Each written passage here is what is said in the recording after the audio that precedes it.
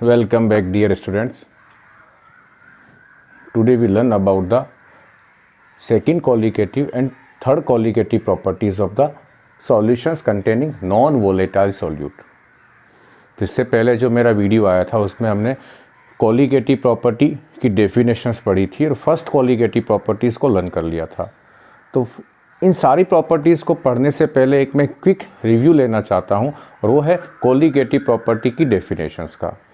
याद रखना बच्चों, colligative प्रॉपर्टीज़ क्या है? Those physical properties of solution containing non-volatile solute which only depends on the numbers of solute particles present in the solution, does not depends on the nature of solute particles। उस video में मैंने आपको detail से explain किया था। उसके बाद जो सेकंड जो टॉपिक है जो हमें मालूम होना चाहिए, यदि मालूम नहीं है तो इससे पहले का जो मेरा वीडियो है वो आप ज़रूर देखें वेपर प्रेशर्स का, और उसमें था वेपर प्रेशर ऑफ सॉल्यूशन। क्योंकि ये जो अगली दो प्रॉपर्टीज़ आने वाली है कोलिगेटिव प्रॉपर्टीज़, इनका कहीं ना कहीं वेपर प्रेशर के साथ रिलेशंस है। क्यों है? क्योंकि वेपर प्रेशर्स का रिलेशंस बॉइलिंग पॉइंट और फ्रीजिंग पॉइंट के साथ है। तो बच्चों, आप इस वीडियो को देखने से पहले यदि आपने उस वीडियो को नहीं देखा है तो ज़रूर देखें, ताकि आपको ये वीडियो बहुत अच्छी तरह से समझ में आ जाएगा। तो सेकंड जो कोलिगेटिव प्रॉपर्टी हमारे पास है वो है एलिवेशन इन बॉइलिंग पॉइंट, और थर्ड जो है वो है freezing in depression in freezing point. तो दोनों लगभग एक दूसरे की अपोजिट है। एक में एलिवेशन हो रहा है, एक में डिप्रेशन हो रहा है। एलिवेशन किस में हो रहा है? सॉल्यूशन के बॉइलिंग पॉइंट में। डिप्रेशन सॉल्यूशन के फ्रीजिंग पॉइंट में है। तो सेकंड पे आते हैं हम लोग, एलिवेशन इन बॉइलिंग पॉइंट। तो इस टॉपिक को समझने से पहले टॉपिक में दो टर्म्स आ रही है। फर्स्ट है एलिवेशन। एलिवेशन का मतलब राइज अप, इंक्रीज होना, और किस में इंक्रीज होना? बॉइलिंग पॉइंट में। तो एलिवेशन इन बॉइलिंग पॉइंट, किसके बॉइलिंग पॉइंट में इंक्रीज होना, किसके रेस्पेक्ट में इंक्रीज होना? तो बॉइलिंग पॉइंट ऑफ सॉल्यूशन जो है which contain non volatile solute, उसका बॉइलिंग पॉइंट उसके प्योर सॉल्वेंट से थोड़ा सा ज़्यादा हो जाता है। ज़्यादा क्यों होता है, क्या रीज़न है, वो हम सब यहाँ पढ़ने वाले हैं। लेकिन फिर मैं कह रहा हूँ इसमें वेपर प्रेशर का बहुत ज़्यादा कंसेप्ट यूज़ आने वाला बच्चों। तो पहले इस प्रॉपर्टी को पढ़ने से पहले हम बॉइलिंग पॉइंट के बारे में हल्का सा डिस्कशन कर लेते हैं। क्या है बॉइलिंग पॉइंट? क्या सभी लिक्विड का बॉइलिंग पॉइंट सेम होता है? यदि सेम नहीं होता तो अलग अलग क्यों होता है? जैसे अल्कोहल का एग्जाम्पल लें। अल्कोहल का जो बॉइलिंग पॉइंट है वो 78 डिग्री सेल्सियस है। यदि मैं और एग्जाम्पल लूँ, एसीटोन का एग्जाम्पल, तो एसीटोन का जो बॉइलिंग पॉइंट है वो और भी कम है, उसकी वैल्यू 56 डिग्री सेल्सियस है। तो एसीटोन का 56 डिग्री सेल्सियस है, अल्कोहल का 78 है, वाटर का 100 डिग्री सेल्सियस है, एसिटिक एसिड का 118 डिग्री सेल्सियस है। तो इन सभी लिक्विड्स के बॉइलिंग पॉइंट अलग अलग होने का रीज़न क्या है? एक रीज़न तो है इनके पार्टिकल्स के बीच का अट्रैक्शन। तो अट्रैक्शन ज़्यादा या कम होने से क्या चीज़ चेंज हो जाती है जिससे इनका बॉइलिंग पॉइंट चेंज हो जाता है? तो फर्स्ट हम पहले पढ़ेंगे बच्चों आज बॉइलिंग पॉइंट, और फर्दर हम आएंगे फर्स्ट कोलिगेटिव प्रॉपर्टीज़ पे। तो बच्चों, आज का हमारा जो पहला टॉपिक है वो है बॉइलिंग पॉइंट।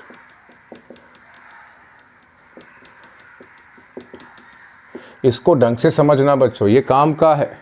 फर्स्ट आते हैं बॉइलिंग पॉइंट की डेफिनेशंस क्या है। किसी भी लिक्विड के बॉइलिंग पॉइंट की डेफिनेशन सिंपल सी क्या है? ए टेम्परेचर, ये कॉमन है।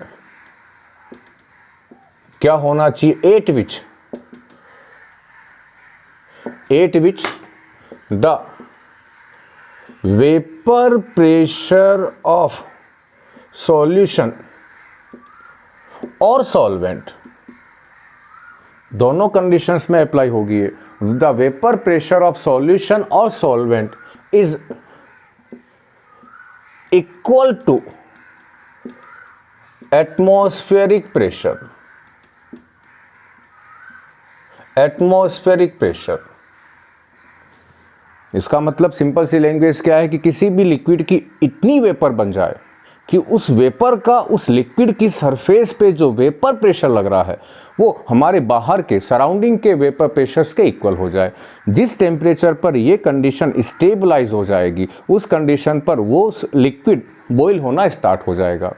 तो अब मैं इसको एक एग्जांपल से समझाता हूं बच्चों आपको। तो मेरे पास एक कंटेनर है, इसमें इस लेवल तक वाटर फिलअप किया हुआ है, और ये एयर टाइट लिड है यहाँ पर बच्चों, ताकि इसकी वेपर एस्केप नहीं हो सराउंडिंग के अंदर।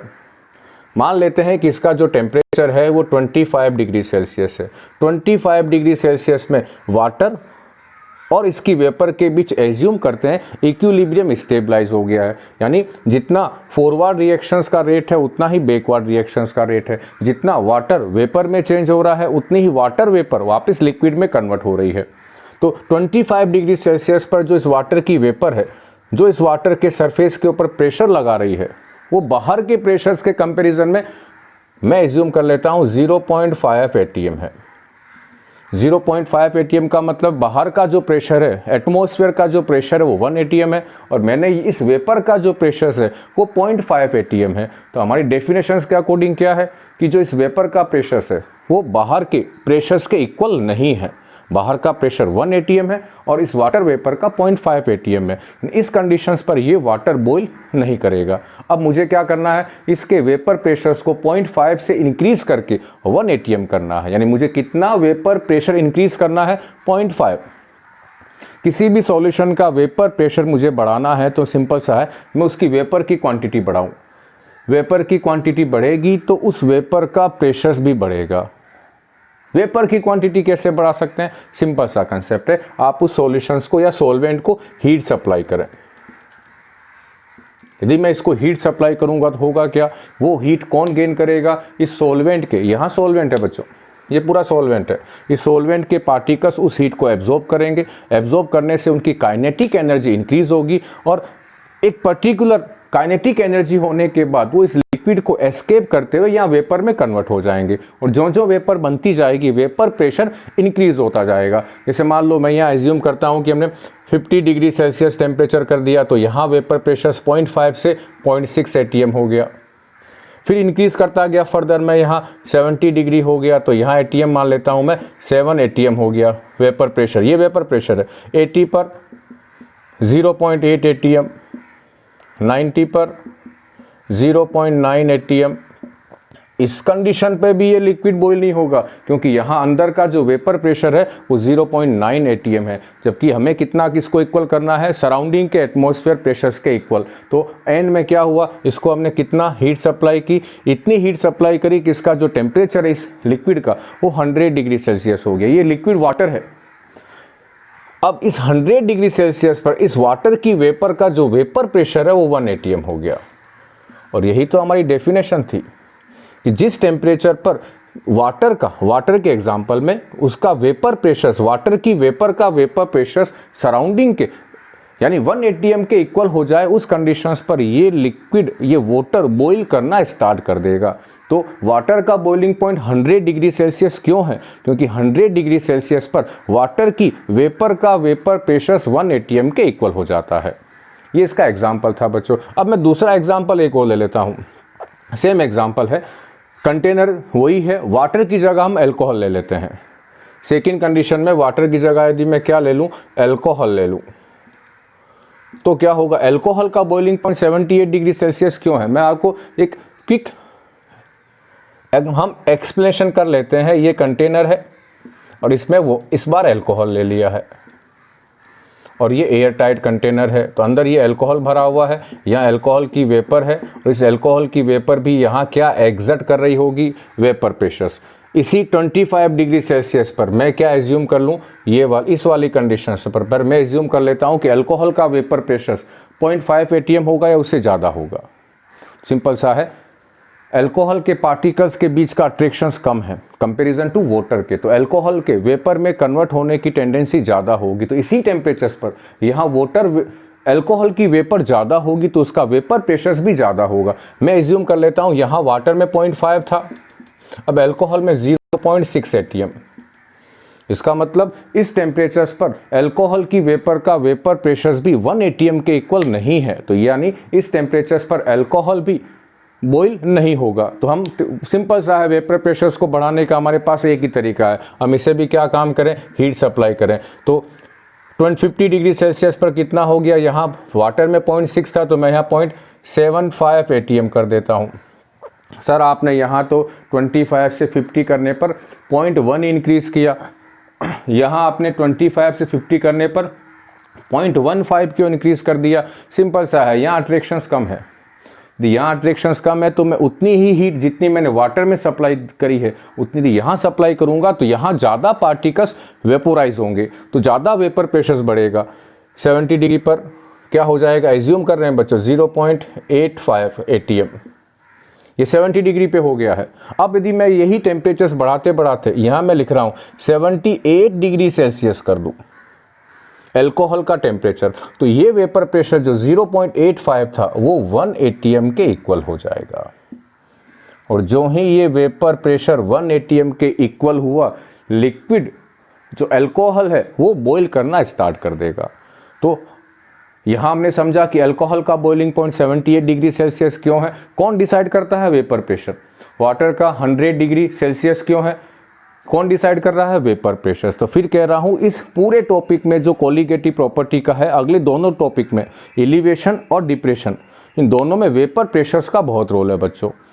तो हमने आज अभी क्या समझ लिया? ये बॉइलिंग पॉइंट की डेफिनेशंस। तो मैं एक बार रिवाइज कर देता हूँ 1 मिनट में। Boiling point is a temperature at which the vapour pressures of liquid either solvent और solution become equal to atmospheric pressures at those conditions These conditions happen, the temperature is known as a boiling point of the liquid।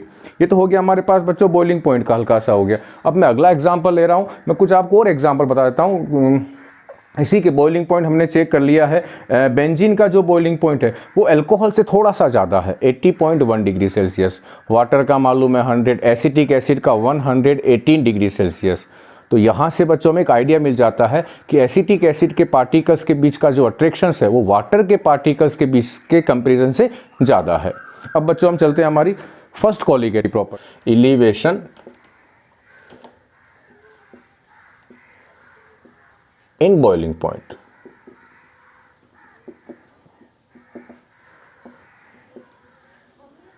First आते हैं elevation का मतलब rise up,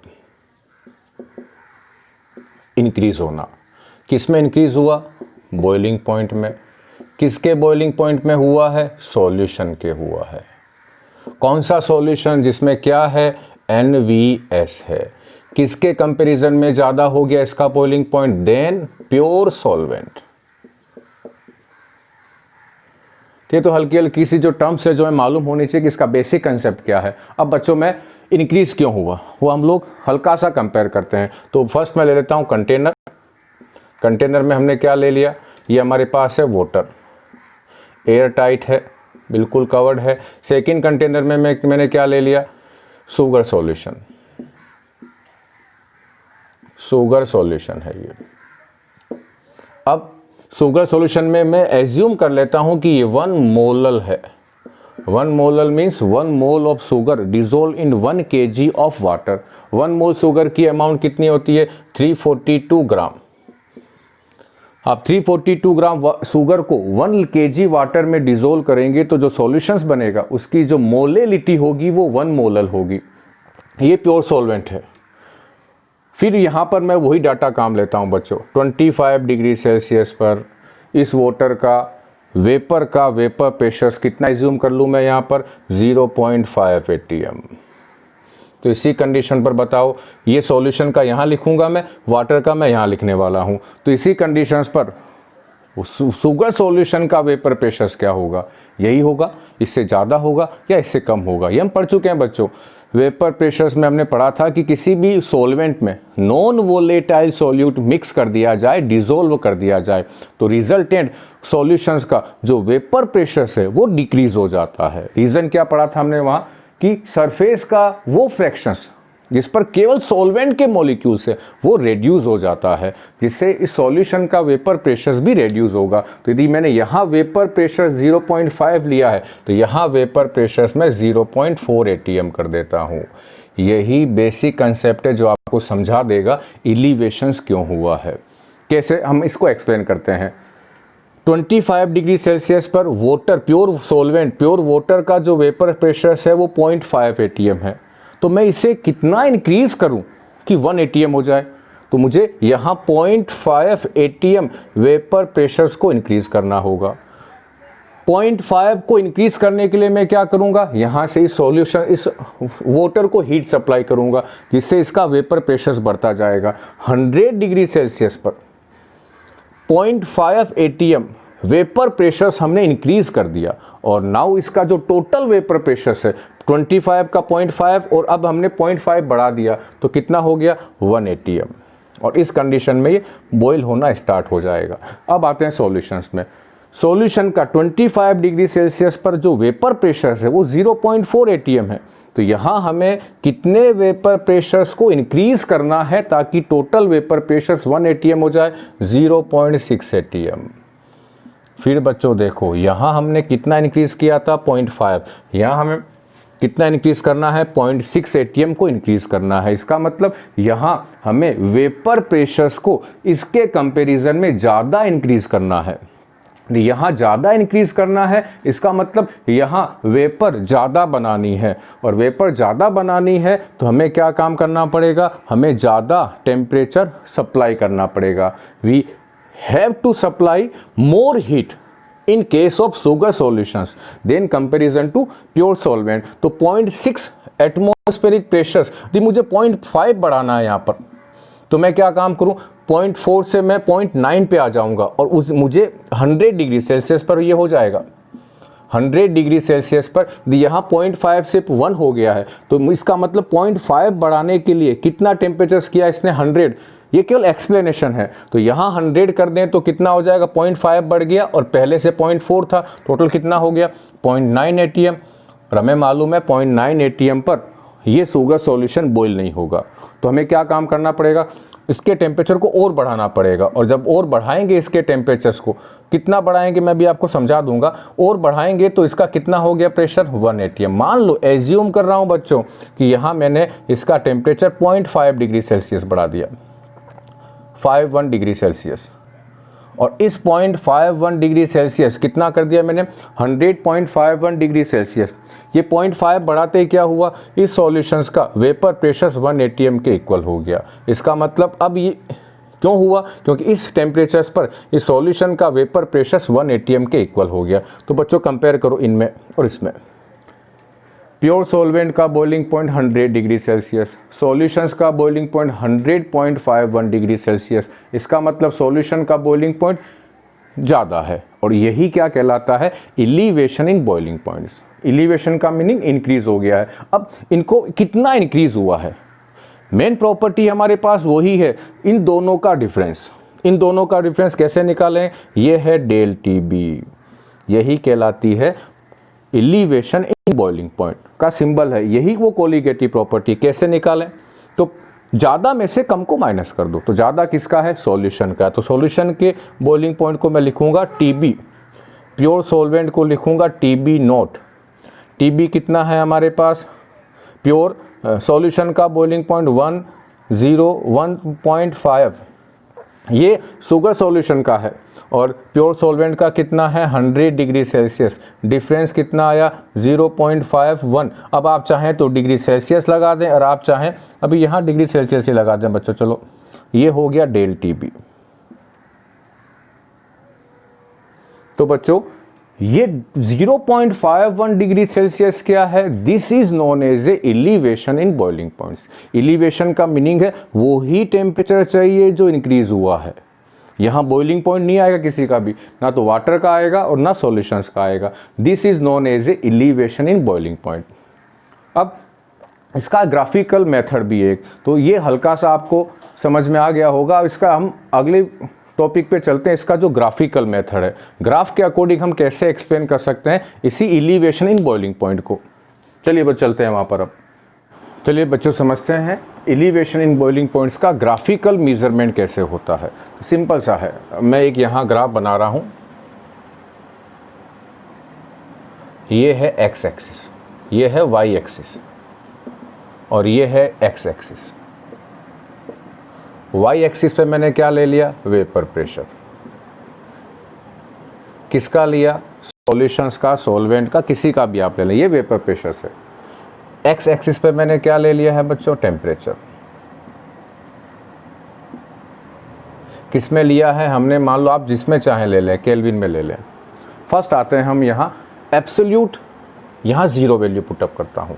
इसका मतलब इस conditions पर vapour pressure zero है और टेम्परेचर 0 केल्विन है। इसका मीनिंग हुआ कि 0 केल्विन टेम्परेचर, जिसे हम लोग एब्सोल्यूट टेम्परेचर्स भी बोलते हैं, इस कंडीशंस पर इस किसी भी लिक्विड का, चाहे वो सॉल्यूशन हो चाहे वो सॉल्वेंट हो, उसका वेपर प्रेशर भी कितना है, 0 है।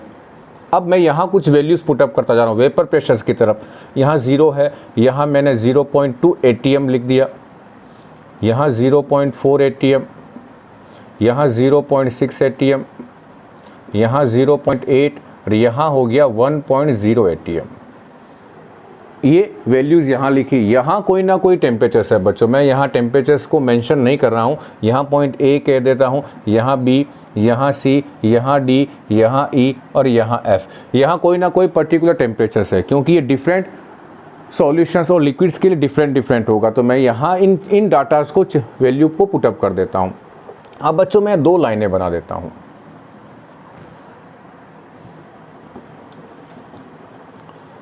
फर्स्ट लाइन और ये सेकंड लाइन। अब ये लाइनें किन किन, लगभग ये लाइनें पैरेलल ही है, ज़्यादा डिफरेंस नहीं है इनमें। इस तरह से लाइनें हैं। एक लाइन को मैं A कह देता हूँ, सेकंड लाइन को मैं B कह देता हूँ। इसको A, इसको B। अब इन लाइन में हमें समझाना है कि कौन सी लाइन किसकी है, कौन सी लाइन हमारे सॉल्वेंट की है, कौन सी लाइन सॉल्यूशंस की है। इसको हम कैसे एक्सप्लेन करें, सिंपल सा है। किसी भी पर्टिकुलर, यहाँ टेम्परेचर है बच्चों, किसी भी पर्टिकुलर टेम्परेचर के रेस्पेक्ट में आप इन दोनों का वेपर प्रेशर मेजर कर लें।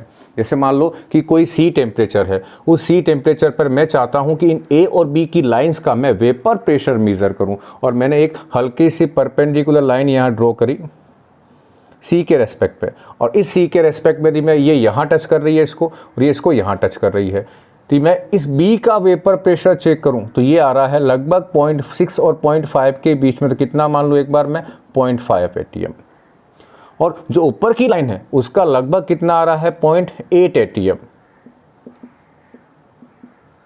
तो बस यही आपको बता देगा कि किसी पर्टिकुलर टेम्परेचर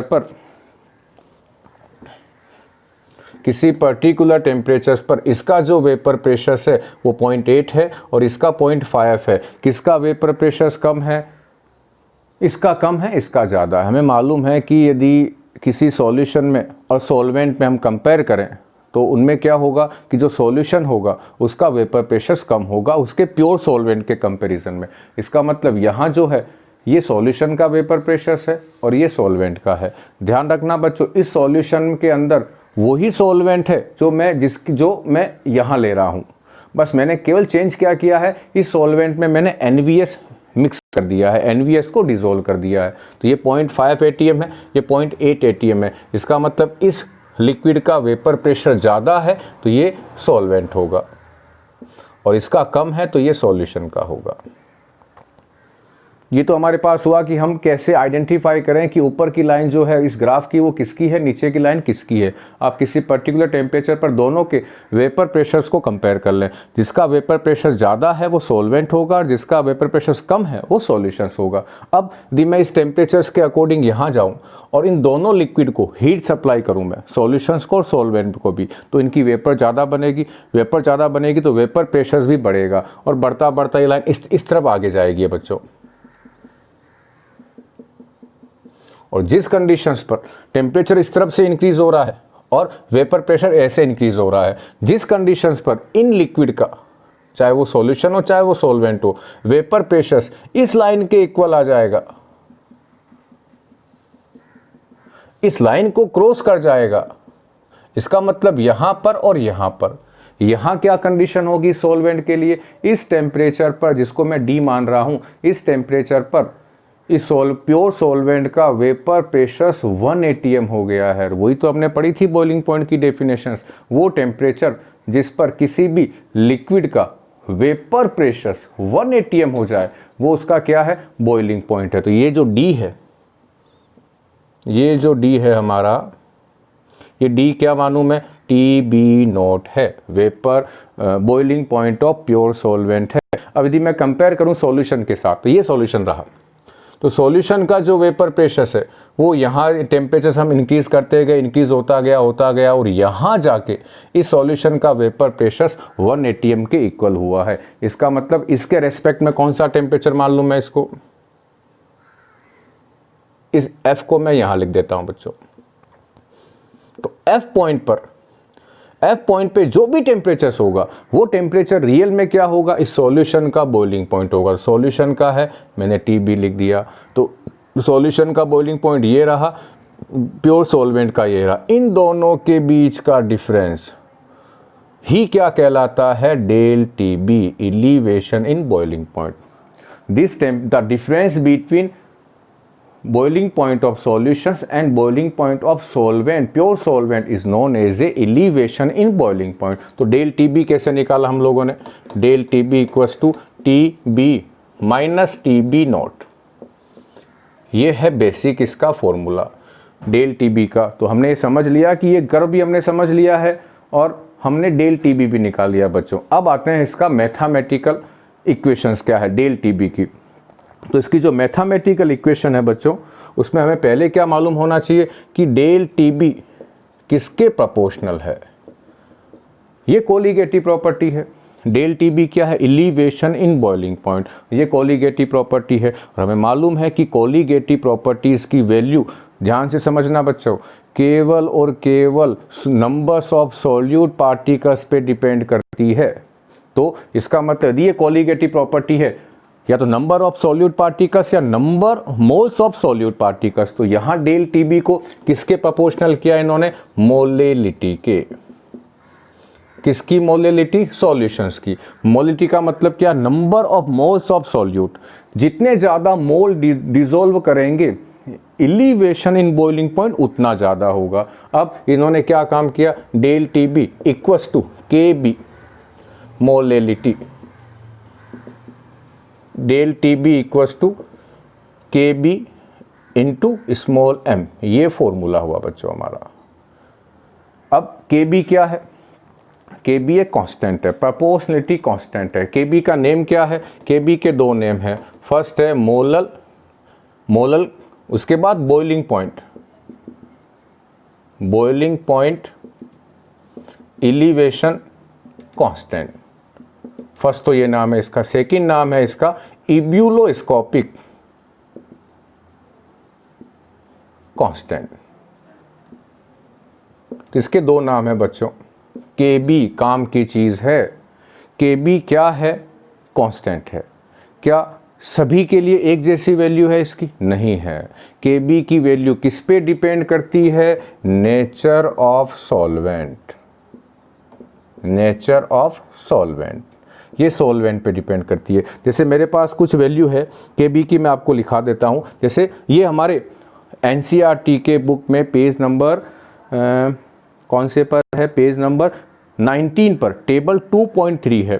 तो वहाँ पर बच्चों ये सेकंड जो चैप्टर है उसका जो मेरे पास PDF है इसकी, तो उसका जो सेकंड चैप्टर का जो पेज नंबर 19 है, वहाँ टेबल नंबर कौन सी है, टेबल 2.3 में बहुत सारे सॉल्वेंट के KB की वैल्यू मेंशन की हुई है। तो मैं यहाँ लिखता हूँ कुछ एक KB के लिए। तो वाटर एज ए सॉल्वेंट होता तो उसके KB की वैल्यू होती 0.52। पीछे इसकी यूनिट है, मैं यहाँ नहीं मेंशन कर रहा उसको। इसी तरह से हमारे पास यदि बेंजीन होता C6H6, तो उसकी जो वैल्यू होती है हमारे पास वो होती 2.79। इसी तरह से यदि मेरे पास क्या होता है, वाटर बेंजीन या एसिटिक एसिड होता CS3COOH, तो उसके जो KB की वैल्यू है वो है हमारे पास 2.93।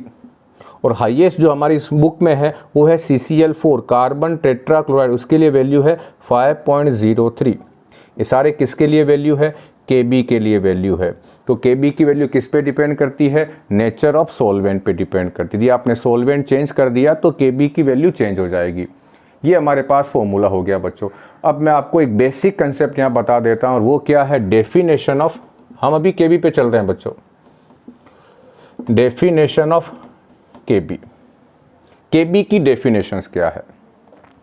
तो आप किसी भी नॉन वोलेटाइल सॉल्यूट का सॉल्यूशंस बना लें, बस ध्यान क्या रहे, वो नॉन इलेक्ट्रोलाइट हो, कोई भी सॉल्यूट ले लें आप, उसका 1 मोलर सॉल्यूशन ले लें, शुगर का ले लें, ग्लूकोज का ले लें, यूरिया का ले लें, जिसका भी आपने बस ध्यान क्या रखना है 1 मोलर होना चाहिए और इलेक्ट्रोलाइट जो सॉल्यूट है वो नॉन इलेक्ट्रोलाइट होना चाहिए। तो यहाँ क्या लिखूँ, first condition for 1 molar non electrolytic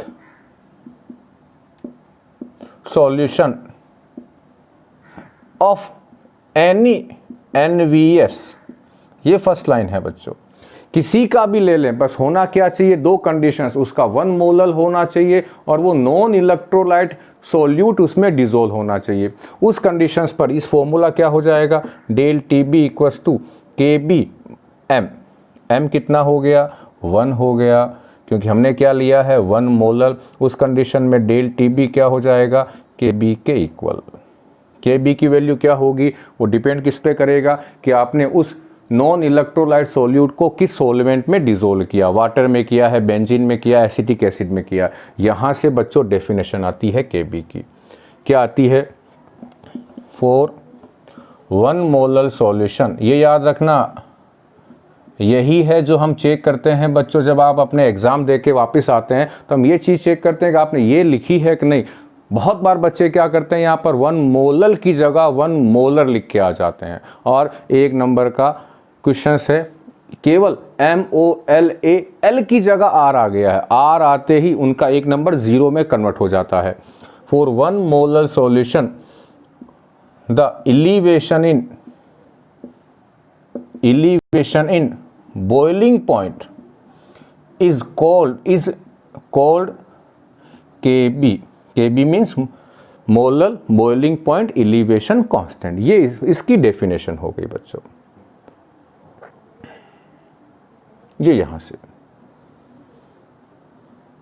तो अब मैं बहुत सारे एग्जाम्पल लेता हूं। अब बच्चों आपको समझना है, बहुत सारे एग्जाम्पल में सभी में कॉमन कौन है, सॉल्वेंट है, सभी में कॉमन होगा सॉल्वेंट। तो मैं 3 तरह के सॉल्यूशन बना रहा हूँ। फर्स्ट केस में मैंने क्या लिया, वो याद रखना बच्चों, elevation in boiling point colligative property है, ये नंबर ऑफ पार्टिकल्स पे, नंबर ऑफ सॉल्यूट पार्टिकल्स पे डिपेंड करेगी। 3 सॉल्यूशन है मेरे पास, उसके बाद मैं 3 सॉल्यूशन और ले लूँगा। इन तीनों सॉल्यूशन में जो सॉल्यूट है वो नॉन इलेक्ट्रोलाइटिक है। फर्स्ट केस में मेरे पास क्या है, शुगर सॉल्यूशन है, सेकंड केस में ग्लूकोज का है, और थर्ड केस में यूरिया का है। तो मैंने किस किस के लिए सॉल्यूशंस यहाँ मैं मेंशन कर देता हूँ, फर्स्ट, सेकंड, थर्ड। फर्स्ट में क्या लिया है, शुगर, सेकंड में लिया है ग्लूकोज, और थर्ड में लिया है यूरिया। और इन तीनों की जो मोलेलिटी है वो 1m है। इसका मतलब इन तीनों सॉल्यूशन में कम सॉल्वेंट जो है वो वाटर है, और वो 1 kg है, और इन तीनों में जो सॉल्यूट है वो 1 मोल है। इन तीनों में से तीनों की कोलिगेटिव प्रॉपर्टी कितनी होगी, तो आसान सा है, हमने अभी जस्ट पढ़ा है कि यदि ये फॉर्मूला हमारे पास है, मोलेलिटी यदि 1 मोलर है, उस कंडीशन में डेल TB की वैल्यू, एलिवेशन कितना होगा, उसकी वैल्यू KB के इक्वल होगी। और वाटर है तो वाटर का KB कितना है 0.52। इसका मतलब इन तीनों सॉल्यूशन का के बॉइलिंग पॉइंट में जो एलिवेशन होगा वो 0.52 होगा। तो अगला क्वेश्चन, तो इन तीनों का नया बॉइलिंग पॉइंट कितना होगा, 0.52 से इंक्रीज हो गया है। इसका मतलब इन तीनों का जो नया बॉइलिंग पॉइंट है वो होगा 100.52 डिग्री सेल्सियस, क्योंकि ये तो बॉइलिंग पॉइंट है, इतना एलिवेशन हुआ है, 0.52 एलिवेशन हुआ है। तो मैं क्या काम करूं, 100 तो वाटर का बॉइलिंग पॉइंट था, प्लस KB की वैल्यू ऐड कर देता हूं, तो हो जाएगा 100.52 डिग्री सेल्सियस। अब मैं अगला एक एग्जाम्पल ले लेता हूं बच्चों, वहां से आपको समझ में आ जाएगा कि और क्या हो पॉसिबल है। चौथा सॉल्यूशन मेरे पास है, समझना बच्चों अब इसे, और वो NaCl का है। उसमें भी मैंने, वो भी 1 मोलर का है। इसका मतलब क्या हुआ, 1 मोलर का, 1 मोल NaCl dissolved in 1 kg of water. तो अब इन चारों सॉल्यूशन की बच्चों, यहाँ 3 तो हमने समझ लिया, इस चौथे सॉल्यूशंस में क्या ऐसा चेंज है जो इन तीनों में नहीं था। सिंपल सा है, याद रखना, इसमें NaCl है, और NaCl इलेक्ट्रोलाइट है। NaCl वाटर में डिसॉल्व करने पर अपने कंस्टिट्यूएंट्स आयंस में डिसोसिएट होगा। तो एक NaCl से कितने पार्टिकल्स बनेंगे, 2 पार्टिकल्स बनेंगे, sodium ion and chloride ion. फिर आता हूँ कोलिगेटिव प्रॉपर्टी क्या है, वो प्रॉपर्टी है जो नंबर ऑफ पार्टिकल्स पे डिपेंड कर रही है। यहाँ इन तीनों कंडीशंस में ये तीनों डिसोसिएट नहीं हुए थे, तो यहाँ 1 मोल 1 मोल 1 मोल, इन तीनों में जो नंबर ऑफ पार्टिकल्स है वो एवोगैड्रो के नंबर्स के इक्वल है, लेकिन यहाँ नंबर ऑफ पार्टिकल्स क्या हो जाएंगे, डबल हो जाएंगे। तो कोलिगेटिव प्रॉपर्टी, क्योंकि वो पार्टिकल्स पे डिपेंड कर रही है, पार्टिकल्स डबल हो गए, तो कोलिगेटिव प्रॉपर्टी की वैल्यू भी डबल हो जाएगी NaCl के केस में। तो डेल TB 1 मोलर सॉल्यूशन का डेल TB की वैल्यू किसके इक्वल आएगी, है तो ये 1 मोलर, लेकिन पार्टिकल्स डबल हो गए, तो हम इस Kb की वैल्यू को किससे मल्टीप्लाई करेंगे, 2 से, क्योंकि नंबर ऑफ पार्टिकल्स डबल हो गए हैं। तो यहाँ NaCl के केस की कंडीशंस में बॉइलिंग पॉइंट कितना आएगा, 101.02 डिग्री सेल्सियस। क्यों आया, क्योंकि जो 0.512 था उसको मैं यदि 2 से मल्टीप्लाई कर तो 1.04 हो जाएगा बच्चों। 1.04 को यदि मैं ऐड कर दूं तो यहाँ मैं ऐड कर देता हूँ 1.04 ऐड कर देता हूँ प्योर वाटर के बॉइलिंग पॉइंट में। तो ये क्या है, ये डिग्री सेल्सियस में है। ये NaCl के 1 मोलर सॉल्यूशंस का बॉइलिंग पॉइंट है। अब मैं लास्ट एग्जांपल लेता हूं इसमें और फिर हम इसमें आगे चलेंगे।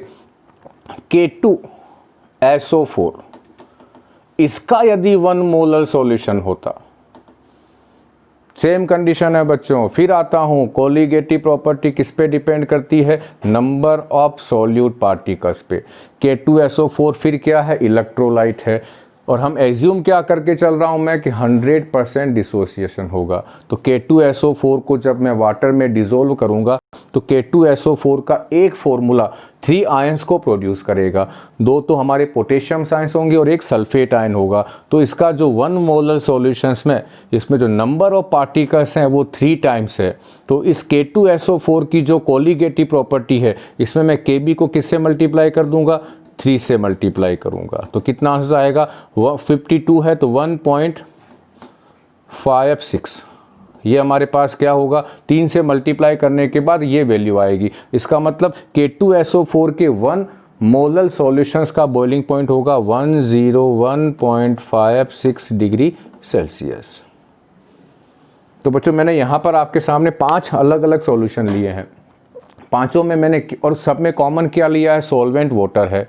सॉल्यूट चेंज करता गया हूं, कहाँ उसके बॉइलिंग पॉइंट की एलिवेशंस की वैल्यू Kb के इक्वल आएगी जहां वो डिसोसिएट नहीं हो रहे हैं। क्यों इक्वल आ रही है, क्योंकि मैंने सबके 1 मोलर लिए हैं, इसलिए ये जो वैल्यू है ये जो है ये 1 हो गया है। तो डेल TB वो Kb के इक्वल आ रहा है। यहाँ डिसोसिएशन नहीं हुआ, यहाँ नहीं हुआ, यहाँ नहीं हुआ, तो डेल TB Kb के इक्वल आएगा। NaCl में डिसोसिएशन हुआ, 1 से डबल पार्टिकल्स हो गए हैं, तो कोलिगेटिव तो Kb तो कोलिगेटिव प्रॉपर्टी भी डबल हो जाएगी। तो मैंने Kb को 2 से मल्टीप्लाई क्यों किया, क्योंकि पार्टिकल्स 2 मोल हो गए हैं। सॉल्यूशन की मोलिलिटी तो 1 ही है, लेकिन पार्टिकल्स के मोल्स 2 हो गए हैं। K2SO4 मैंने किससे मल्टीप्लाई करूंगा, 3 से मल्टीप्लाई करूंगा। तो बच्चों समझ में आ गया होगा। यदि नहीं समझ में आया तो आप कुछ नहीं करें, जब भी मेरा जो चैनल है केमीटेक JNV यूट्यूब पे, उस पर आप कमेंट्स बॉक्स में जाएं और वहाँ जाके अपनी जो भी प्रॉब्लम है वहाँ पेस्ट कर दें और मैं 100% आपकी उस प्रॉब्लम का जवाब दूंगा। तो चलो बच्चों, हम ये सेकंड जो इसका पार्ट था इसी वीडियो का है, ये हमने ये पढ़ लिया कि ग्राफिकल मेथड है और ये हमारे पास फॉर्मूला है। अब मैं इस फॉर्मूले को इलेबोरेट करूँगा, इसको हम एक्सपांड करेंगे और चेक करेंगे कि कहाँ कहाँ के क्वेश्चंस किस तरह के न्यूमेरिकल्स आते हैं बच्चों। तो मैं आगे चलता हूँ बच्चों, यहाँ पर अब इसको साफ कर देते हैं बच्चों।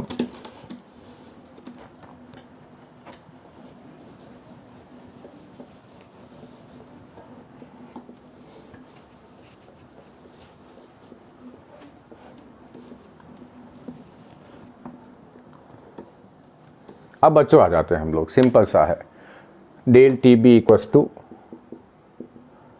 Kb multiply by molality. Molality का हमें मालूम है क्या होता है, M equals to moles of solute, moles of solute dissolved in 1 kg of solvent. ये हमारे पास है मोलिलिटी का फॉर्मूला। सिंपल सा मैं क्या काम करूं, इसको थोड़ा सा डिवाइड कर देता हूं। मोल्स ऑफ सॉल्यूट, मैंने आपको पहले भी कहा था पहले वाले वीडियो में था कि यदि मैं ए और बी टर्म्स यूज़ लेता हूँ तो ए उसके लिए है जो ज़्यादा है, जनरली जिसे हम लोग कहते हैं सॉल्वेंट, और बी किसके लिए है, सॉल्यूट के लिए है। यदि मैं किसी के भी सब स्क्रिप्ट में ए और बी यूज़ लेता हूँ, इसका मतलब ए रिप्रेजेंट करेगा सॉल्वेंट को, बी रिप्रेजेंट करेगा सॉल्यूट को। तो मोल्स ऑफ सॉल्यूट है और यहाँ kg of 1 kg of solvent है। तो यहाँ मैं इस मोल्स को ओपन करूँ एक बार, तो ये हो गया NB अपॉन WA, आगे लिखना पड़ेगा बच्चों kg, ये किलोग्राम में है। मोल्स को ओपन करने का फॉर्मूला क्या है, मोल्स का हमें मालूम है given mass upon molar mass. तो गिवन मास किसका, सॉल्यूट का, तो इसको मैं कर देता हूँ WB अपॉन MB। MB क्या है, ये इसको मैंने ओपन किया बच्चों, ये है गिवन मास ऑफ सॉल्यूट और ये है molar mass of solute, multiply कर रहा हूँ। अब ये केजी में है बच्चों, इसको मैं ग्राम में कन्वर्ट कर देता हूँ, मास ऑफ सॉल्वेंट इन ग्राम, तो मुझे यहाँ ऊपर 100 से मल्टीप्लाई करना पड़ेगा, WA। ये हमारे पास बच्चों बेसिक फॉर्मूला है मोलेलिटी का। मैक्सिमम न्यूमेरिकल्स जो पहले इसी में थे हमारे पास, मोलेलिटी के थे, वो इस फॉर्मूले से सोल्व हो जाएंगे। अब मैं इस m की वैल्यू को यहाँ पुटअप कर देता हूँ, तो del TB equals to KB multiply by m। m की वैल्यू ये है हमारे पास WB upon MB multiply by 1000 upon WA।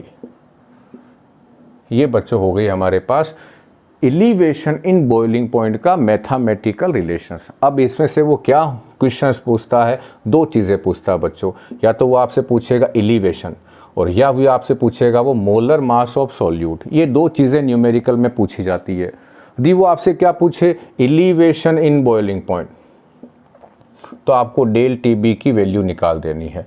यदि वो आपसे पूछे बॉइलिंग पॉइंट ऑफ सॉल्यूशन, ध्यान रखना बच्चों, मैक्सिमम बच्चे यहीं गलती करके आते हैं। वो क्या काम करते हैं, पूछा तो गया है boiling point of the solution और वो एलिवेशन निकाल के आ जाते हैं। हमें क्या काम करना है, मान लो कि जो एलिवेशंस की वैल्यू आई वो 0.59 आई डिग्री सेल्सियस। हमें क्या, ये तो एलिवेशन है, ये तो वो वैल्यू है जो बढ़ गई है। तो हमें जब बॉइलिंग पॉइंट निकालना होगा तो हमें किसको चेक करना होगा, सॉल्वेंट कौन है और उसका बॉइलिंग पॉइंट क्या है। जैसे मान लो सॉल्वेंट वाटर है, तो हमें मालूम है वाटर का बॉइलिंग पॉइंट 100 डिग्री सेल्सियस है, ये तो प्योर वाटर का है। इतना एलिवेशन हुआ है तो ये हमें इसमें ऐड करना पड़ेगा, 100 plus 0.59 degree Celsius, 100.59 degree Celsius. ये क्या है, ये उस सॉल्यूशंस का बॉइलिंग पॉइंट है। याद रखना बच्चों, फिर कहता हूँ 3 नंबर का आता है न्यूमेरिकल। आप यदि यहाँ तक लिख के आ जाओगे तो आपका 1 नंबर चला गया, 2 मार्क्स मिलेंगे आपको। केवल इसका 1 नंबर है। इस फाइनल आंसर्स में भी वो क्या चीज़ चेक करते हैं, फर्स्ट तो ये बॉइलिंग पॉइंट की वैल्यू और ये यूनिट, इस यूनिट के हाफ मार्क्स होते हैं बच्चों, और इस एग्जैक्ट वैल्यू के हाफ मार्क्स हैं।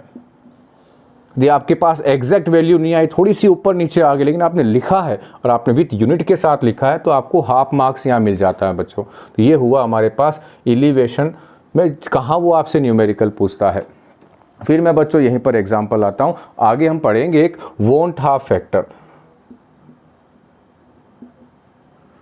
वोंट हाफ फैक्टर क्या है और इसका रोल क्या है वो हम आगे पढ़ेंगे, मेरे अगला वीडियो में आएगा बच्चों, इस वीडियो में नहीं आएगा, अगले। और उसमें क्या, उसको हम आई से रिप्रेजेंट करते हैं, और हम जितनी भी कोलिगेटिव्स के जो फॉर्मूले हैं, हम उसको उन सारे फॉर्मूले में जो राइट हैंड साइड में जो फॉर्मूला है, इन सबको उस आई से मल्टीप्लाई कर देंगे। तो आई से मल्टीप्लाई कर देने पर फॉर्मूला क्या होगा, i multiply by KB multiply by M। I से मल्टीप्लाई क्यों किया वहीं पढ़ेंगे, लेकिन ये याद ये रखना है कि आई जो है ये डिसाइड कर लेता है पार्टिकल्स, जो पार्टिकल्स, मोल्स ऑफ पार्टिकल्स या numbers of particles of solute. I की वैल्यू 1 होगी, मोर देन 1 हो सकती है या लेस देन 1 हो सकती है, डिपेंड किस पे करती है, सॉल्यूट कैसा है। सॉल्यूट इलेक्ट्रोलाइटिक है तो आई की वैल्यू 1 से डिफर करेगी, या तो 1 होगी या 2 होगी या जो भी होगी। तो आई की वैल्यू कब चेंज होगी, जब सॉल्यूट के पार्टिकल्स में कुछ गड़बड़ हो जाए, तब आई की वैल्यू चेंज होती है। यानी गड़बड़ कब होगी, या तो एसोसिएशन हो जाए, दो पार्टिकल्स जुड़ के एक ही पार्टिकल्स बन जाए तो उसे कहते हैं एसोसिएशन, उसमें नंबर ऑफ पार्टिकल्स कम हो जाएंगे। या डिसोसिएशन, जब एक पार्टिकल्स दो पार्टिकल्स में ब्रेक हो जाए तो वहाँ पार्टिकल्स बढ़ गए तो वहाँ वैल्यू एक से ज़्यादा होगी। और कौन सी कंडीशंस में 1 होगी आई की वैल्यू, जहाँ ना तो सॉल्यूट के पार्टिकल्स का एसोसिएशन हो रहा हो ना ही डिसोसिएशन हो रहा हो, उस कंडीशन में इसकी वैल्यू 1 ही रहेगी।